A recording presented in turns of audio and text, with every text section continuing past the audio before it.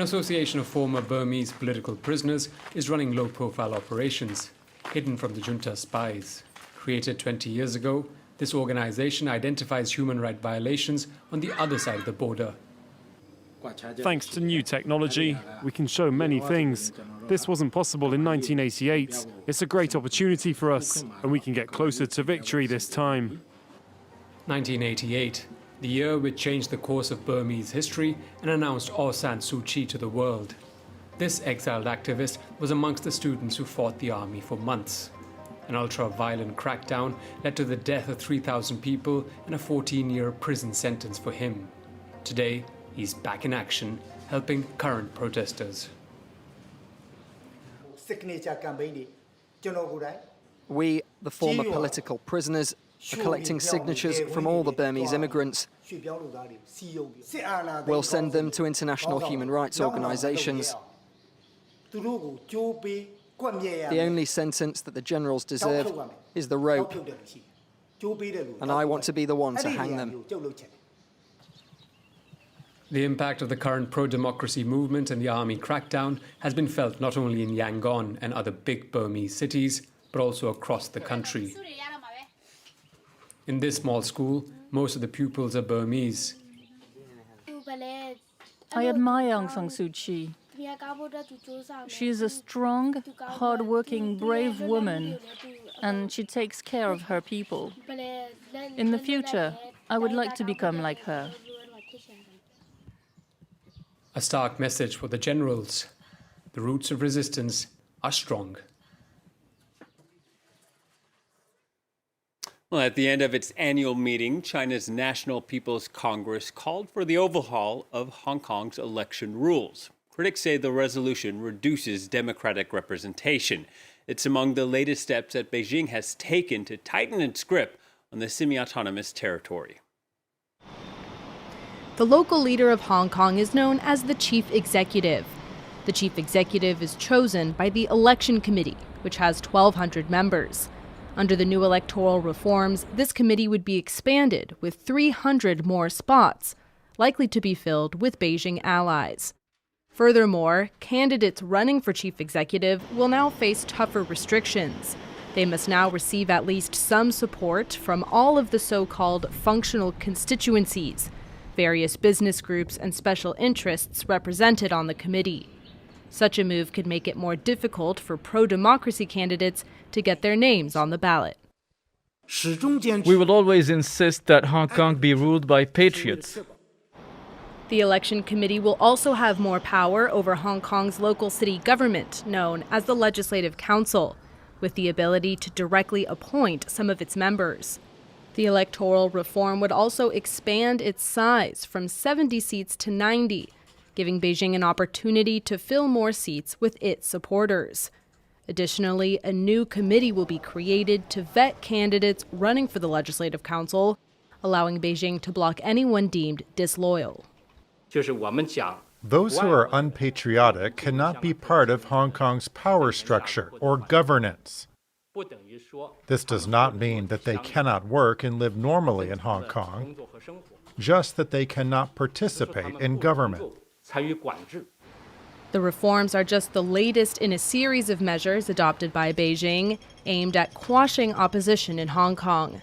A national security law passed last year makes acts deemed secessionist or subversive punishable by up to life in prison. Well, the pandemic already forced the Tokyo Olympics to be rescheduled from last year to this July. But if it goes on as planned, there could be no overseas fans. Wasim Cornet explains. An almost empty stadium. That is what this summer's Olympic Games could look like. The construction of the national arena in Tokyo cost Japan more than 1 billion euros. There's room for as many as 68,000 spectators, but it looks like anyone who does attend the Summer Games will be Japanese. The International Olympic Committee has already hinted at what could prove to be a controversial decision. There will be probably a decision towards the end of March, at least regarding international spectators. The Olympics without any international sports fans would be a lot less festive than past editions. but the pressure from the Japanese public to postpone or even cancel the games has been very strong. The number of positive cases isn't low enough, and Japan is not conducting enough PCR tests. I don't think tourists should come to Japan. And I think it is just too reckless to hold the Olympics in this situation. According to a poll published earlier this month, 75% of Japanese people do not want any foreign tourists to attend the games.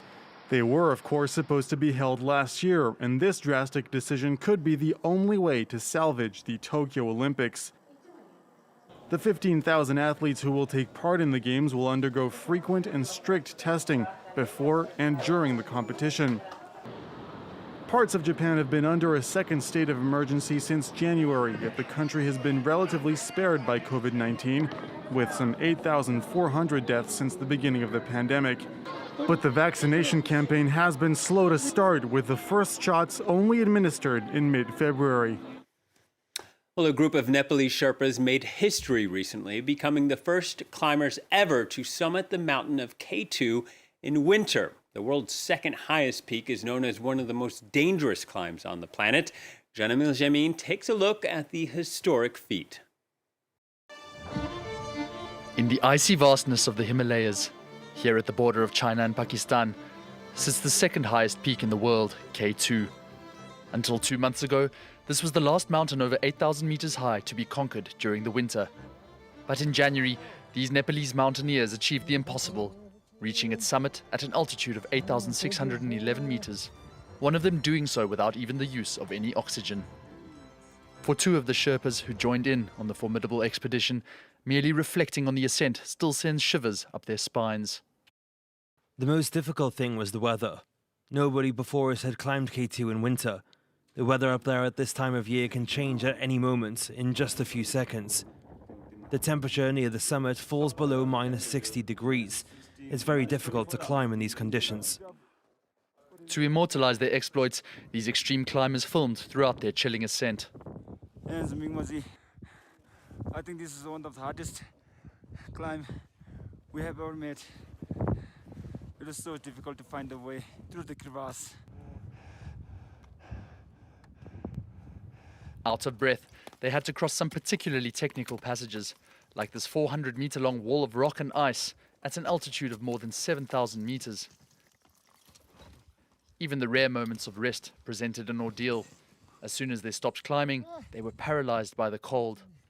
Trying to sleep inside their tents, they would be greeted by blistering winds as temperatures plummeted to minus 36 degrees. So when you wake up like this.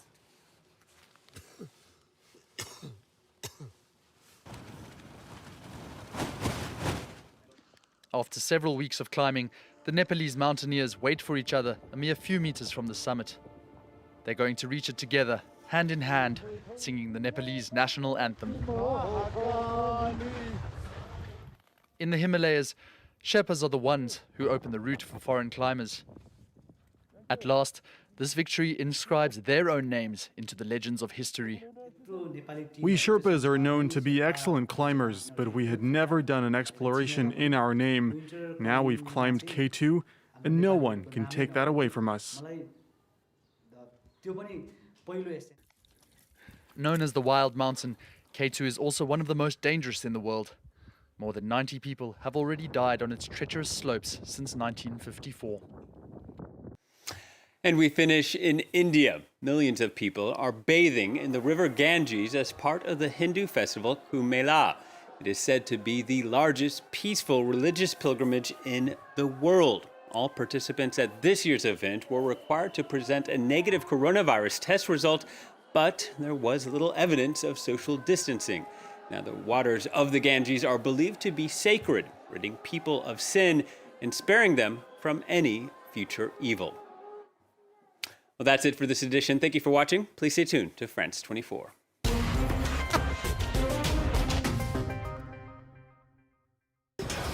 From North to South Africa, from Bamako to Nairobi, from Accra to Mogadishu. Bringing you all the political, economic, cultural and social news from Africa. for a better insight into an ever-changing continent. Across Africa, presented by Georgia Calvin-Smith on France 24 and France24.com.